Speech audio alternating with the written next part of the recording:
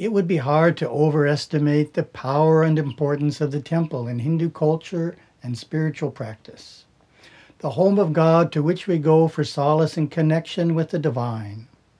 When we think of temples, we naturally think of community temples, those always welcoming, often ornate, magical spaces, which I like to call pura mandiras. Worshipping in these temples is a central practice in Hinduism, but there is a broader, seldom discussed understanding of the temple in Sanatana Dharma, which embraces two other sacred places of commune as equally important. One is the home shrine, or griha mandira, and the other is the soul temple, or atma mandira. Hindu communities revolve around the local temple, which serves as the hub of culture, worship, festivals, and more. For the devout, the ideal is to attend a puja at the community temple daily, or at least once a week, and to participate in the major holy festivals celebrated within its precincts. This allows us to experience the blessings of God and the gods regularly, and to enjoy frequent fellowship with other devotees, which is uplifting and engaging. Though God is everywhere, it is easiest to receive his blessings at the temple. My Gurudeva, Savaya Subramanya Swami, had many insights into temple mysticism.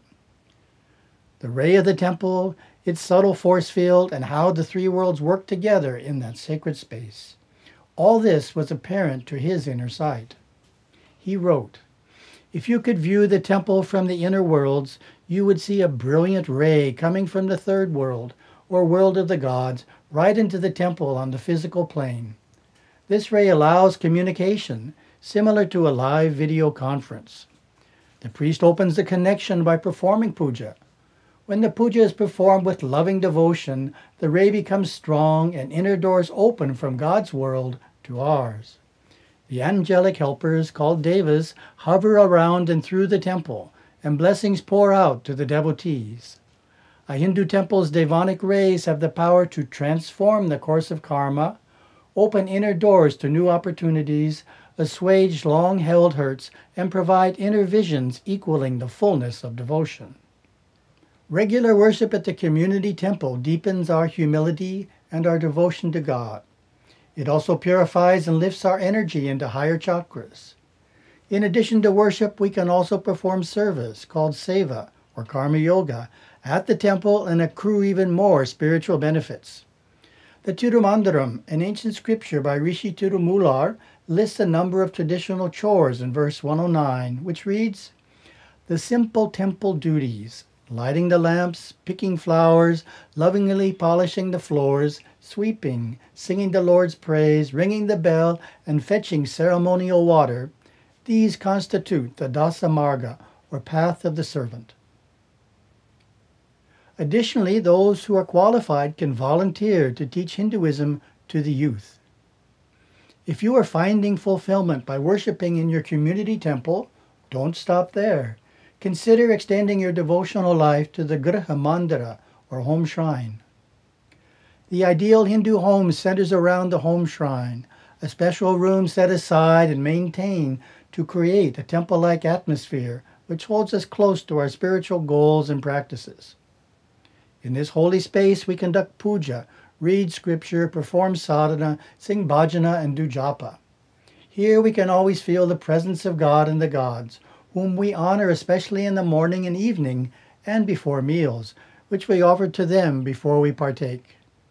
Here worship traditionally begins before dawn with the simple act of dedication for the coming day. After a bath, morning puja is performed, usually by the husband. The wife and older children may also perform their own puja at another time of day. The form of home worship, called Atmarta Puja, is simple. We lovingly invoke the deities, tender choice offerings, and beseech their blessings for our family and the world. This early morning worship begins the day on a religious note, blessing the work and activities that follow.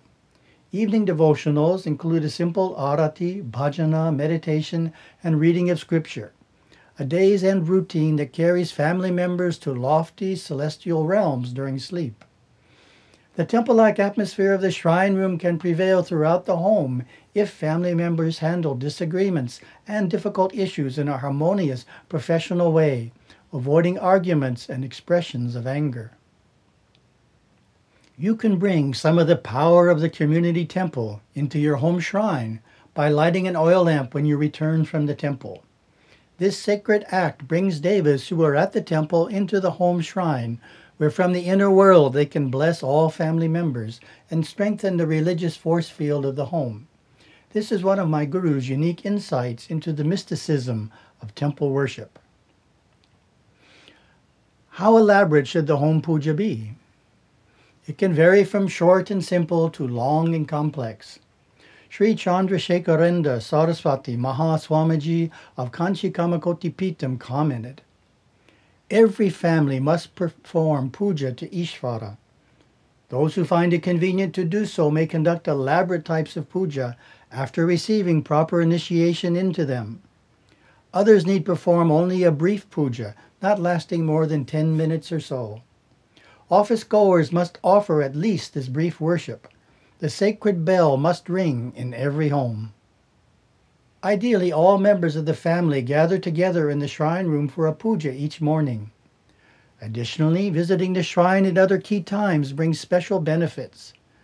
Visiting the shrine before leaving the home reminds you that work is also worship when approached in a spiritual way, a strategic attitude that helps you maintain a religious perspective during your time out of the home.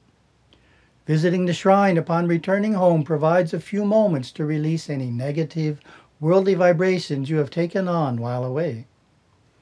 Visiting before an important event, such as a job interview or a major exam at school, you can pray for special blessings and guidance. Retreating to this oasis when emotionally disturbed or reflecting on a personal problem reminds you to spiritually center yourself and overcome the challenge or upset condition with the blessings of God and the gods. These are several ways the home shrine can benefit the family. By your example, you teach these practices to your children, practices that will sustain them as they make their passage through life. Performing your own individual puja in the home shrine with sincerity and regularity unfolds a relationship with the divine that is likened to that of a child to a parent, called Satputra Marga, or path of the dutiful child. The Tirumandaram summarizes: puja, reading the scriptures, singing hymns, performing japa, and unsullied austerity, truthfulness, restraint of envy, and offering of food. These and other self-purifying acts constitute the flawless Satputra Marga. If you are finding fulfillment by worshiping in the home shrine, don't stop there. Consider worshiping in the Atma mandira if you are not already practicing yoga meditation.